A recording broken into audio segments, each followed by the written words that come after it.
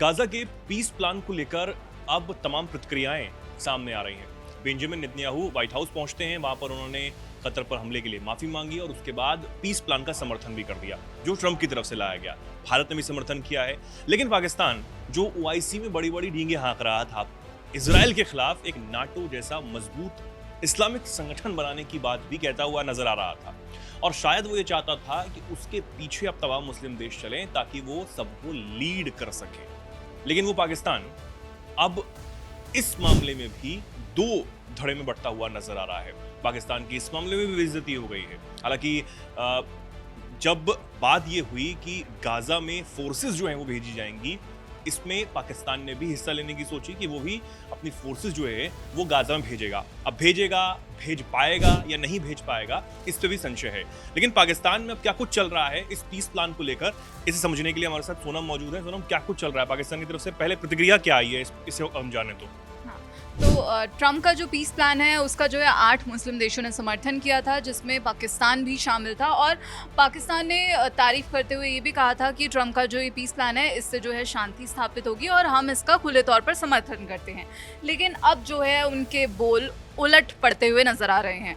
पाकिस्तान के विदेश मंत्री हैं इशाक डार, उन्होंने कहा कि हमारे जो इस मसौदे में जो सभी पहलुओं से हम खुश नहीं हैं। मसौदे में जो बदलाव का इशारा करते हुए उन्होंने ये कहा है कि उनकी मांगों को ड्राफ्ट में रखा ही नहीं गया है। इशाक डार ने कहा कि अमेरिका की ओर से जो ड्राफ्ट बनाया गया है उसमें पाकिस्तान की तरफ से कुछ बदलाव शामिल थे, वो अब हैं ही नहीं। उन्होंने कहा कि ड्राफ्ट में हमारी ओर से कई संशोधन जो है शामिल नहीं किए गए हैं और ये कहा कि ट्रंप और उनकी टीम के साथ पाकिस्तान अब अपना एजेंडा भी आगे बढ़ाता रहेगा और पूछेगा कि आखिर उनके जो संशोधन थे वो शामिल क्यों नहीं किए गए। इशाक डार ने प्रेस कॉन्फ्रेंस में कहा कि यदि 8 मुस्लिम देशों द्वारा संयुक्त रूप से जो संशोधनों को शामिल नहीं किया गया है तो गाजा के लिए जो हमने अमेरिका का समर्थन किया है, अब वो हम उस पर भी सवाल उठते हैं, क्योंकि हमें ये स्वीकार नहीं है, क्योंकि हमने जो चेंजेस बताए थे वो शामिल ही नहीं किए गए हैं।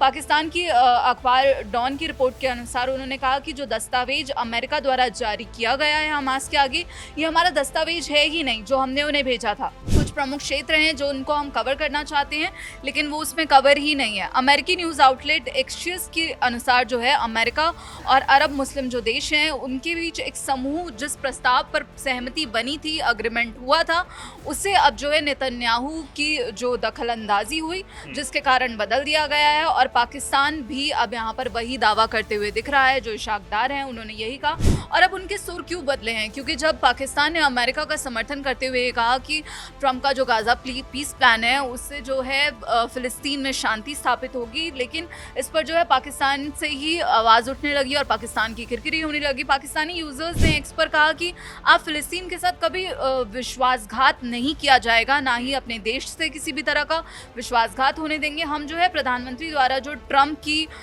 जो गाजा शांति योजना है उसको समर्थन करने का स्पष्ट रूप से अस्वीकार करते हैं। जो पाकिस्तान ने समर्थन किया है हम उसे अस्वीकार करते हैं। और वहीं एक दूसरे पाकिस्तानी यूजर है, उसने कहा कि आप गाजा के हथियार कैसे छीन सकते हैं जबकि जो 70,000 नागरिकों की मौत के बाद भी इजराइल सुरक्षा घेरा बनाए हुए है। उन्होंने कहा कि ऐसे तो आप सीधा सीधा इजराइल को जो है मान्यता दे रहे हैं जो पाकिस्तान कभी नहीं देता इजराइल को।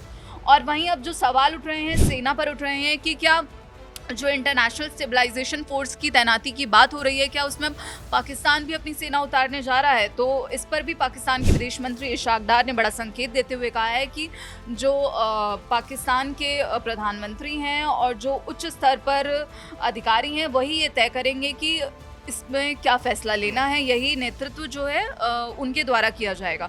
उन्होंने कहा कि गाजा में रहने वाली सेना एक शांति सेना होगी, लेकिन लॉ एंड ऑर्डर का जो कामकाज है वो फिलिस्तीनी एजेंसियां ही देखेंगी। और यहीं पर उन्होंने ये भी कहा कि इंडोनेशिया ने इसके लिए जो है अपने 20,000 सैनिकों की पेशकश भी की है और मुझे ये यकीन है कि पाकिस्तान भी इसके जो नेतृत्व है इस पर फैसला लेगा। और यहाँ पर उन्होंने कहा कि मेरा ये विचार है कि वहाँ एक स्वतंत्र फिलिस्तीनी सरकार हो, इसकी देखरेख जो है एक अंतर्राष्ट्रीय निगरानी निकाय करेगा जिसमें भी अधिकतर जो है फिलिस्तीनी ही होंगे। तो अब यहीं पर ये सवाल उठ रहे हैं कि नेतन्याहू ने कल ही कहा था कि कोई भी फिलिस्तीनी देश को वो बनने नहीं देंगे, लेकिन अब इशाक डार ये दावा करते हुए नजर आ रहे हैं कि जो पाकिस्तान का रुख है कि फिलिस्तीनी देश होना चाहिए, उसको मान्यता मिलनी चाहिए, उसमें कोई भी बदलाव नहीं हुआ है। और अब यहाँ पर पाकिस्तान ने अपने सुर बदल लिए हैं पहले अमेरिका को समर्थन किया था, आप बोल रहे हैं कि अमेरिका ने हमारा ड्राफ्ट ही शामिल नहीं किया। ड्राफ्ट शामिल नहीं किया और उसके बावजूद भी दो धड़ों में कहीं ना कहीं बढ़ता हुआ पाकिस्तान नजर आ रहा है इस मुद्दे पर, खासकर क्योंकि पाकिस्तानी यूजर्स हैं, पाकिस्तानी जो तमाम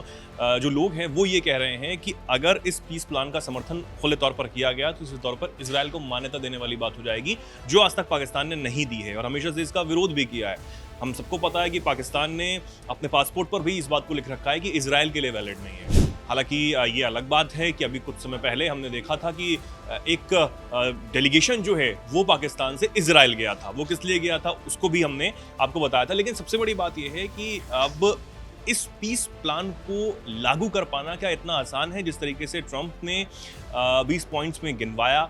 सबसे बड़ी बात ये कि नेतन्याहू शांति की बात कह रहे हैं, दुनिया के तमाम देश शांति की बात कह रहे हैं, लेकिन उसमें भी अभी भी बहुत सारी ऐसी शर्तें हैं कि वो शांति हो पाएगी नहीं हो पाएगी।